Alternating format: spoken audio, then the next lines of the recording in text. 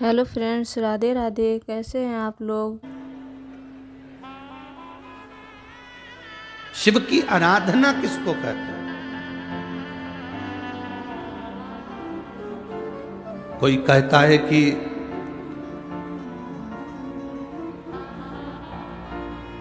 क्यों भटक रहे हो, क्यों जा रहे हो यहां वहां।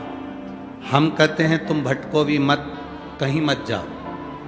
तुम्हारे घर के नजदीक में जो शंकर का शिवालय हो, तुम्हारे घर के नजदीक में जो शंकर का मंदिर हो, शिव मंदिर हो, शिवालय हो, उस शिवालय में जाकर एक लोटा जल प्रतिदिन चढ़ाना प्रारंभ करो।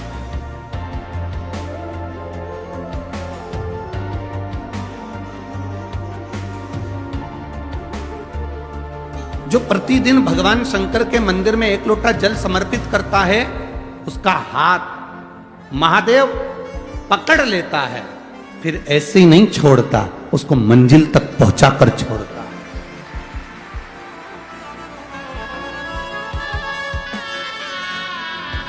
वो ऐसे ही नहीं छूट सकता।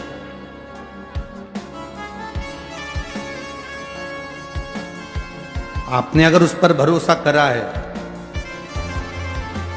हाँ, थोड़ा कष्ट हो सकता है, थोड़ी तकलीफें आ सकती है, थोड़ा दुख आ सकता है। जिंदगी में थोड़े थोड़े तकलीफें हर मनुष्य के जीवन में आती है। कोई संत, कोई साधु, कोई गुरु, कोई ब्राह्मण, कोई बहुत बहुत बड़ा महाराज भी अगर तुमको कह दे कि उसकी जिंदगी में दुख नहीं है, तो समझ लेना कि झूठ बोल रहा है।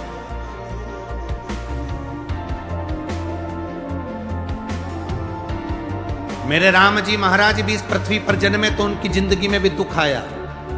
मेरे भगवान कृष्ण भी इस पृथ्वी पर जन्मे तो उनकी जिंदगी में भी दुख आया। माता जानकी भी इस पृथ्वी पर प्रगटी तो उनकी जिंदगी में भी दुख आया। राधा रानी भी इस पृथ्वी पर प्रगटी तो उनकी जिंदगी में भी दुख आया। संसार में अगर जन्म लिया है, मृत्यु लोक में अगर तुम पैदा हुए हो, पृथ्वी पर अगर तुम आए हो, तो तुम्हारी जिंदगी में दुख ये नहीं कि नहीं आएगा। हमारे पूर्व के कर्म के अनुसार हमारी जिंदगी में दुख, हमारी जिंदगी में तकलीफें आती है, पर वो दुख मिटेगा कैसे?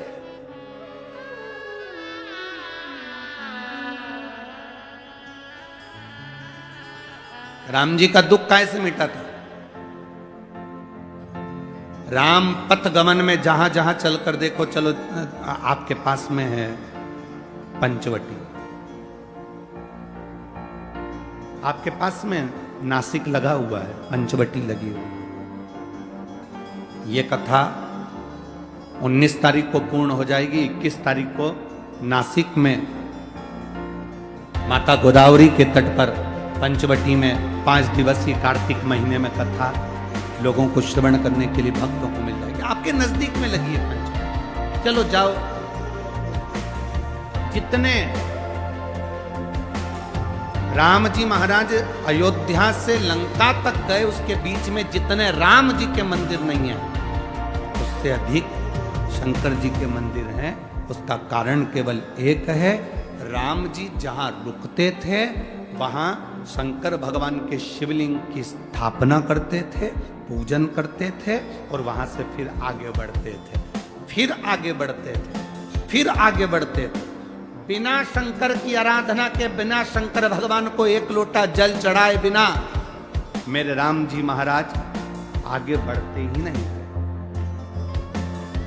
भगवान कृष्ण के जीवन का चरित्र उठाकर देखो।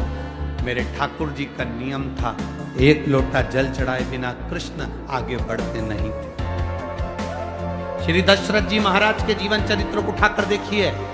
सूर्य नारायण भगवान को जल और शंकर भगवान को जल चढ़ाए बिना दशरथ जी महाराज आगे बढ़ते नहीं थे।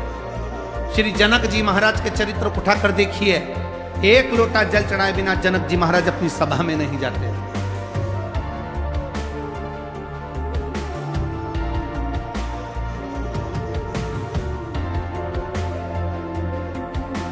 थोड़ी जिंदगी में तूफान आते हैं, कष्ट आते हैं, दर्द आता है, तकलीफें आती हैं,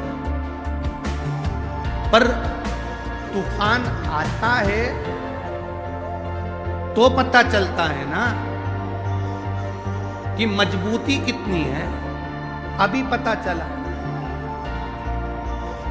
चला कि नहीं चला?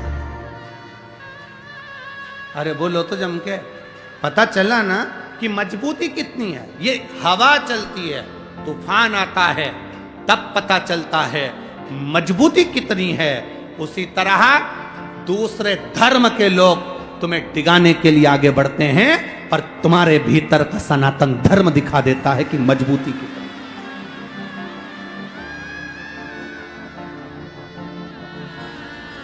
छत्रपति शिवाजी महाराज, जिनकी माता ने कहा कि बेटा सामने किला है और वो किला मुझे चाहिए, शिवाजी कहते हैं माँ क्या बात करती हो, ये किला वहां कितना सैनिकों का बल भरा पड़ा हुआ है और मेरे पास में कुछ भी नहीं है, मेरे पास कुछ नहीं।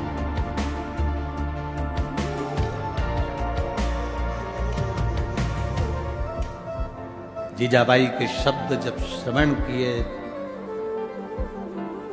छत्रपति शिवाजी महाराज को छत्रपति का संबोधन स्वयं उनकी माता ने दिया है, स्वयं उनकी माता।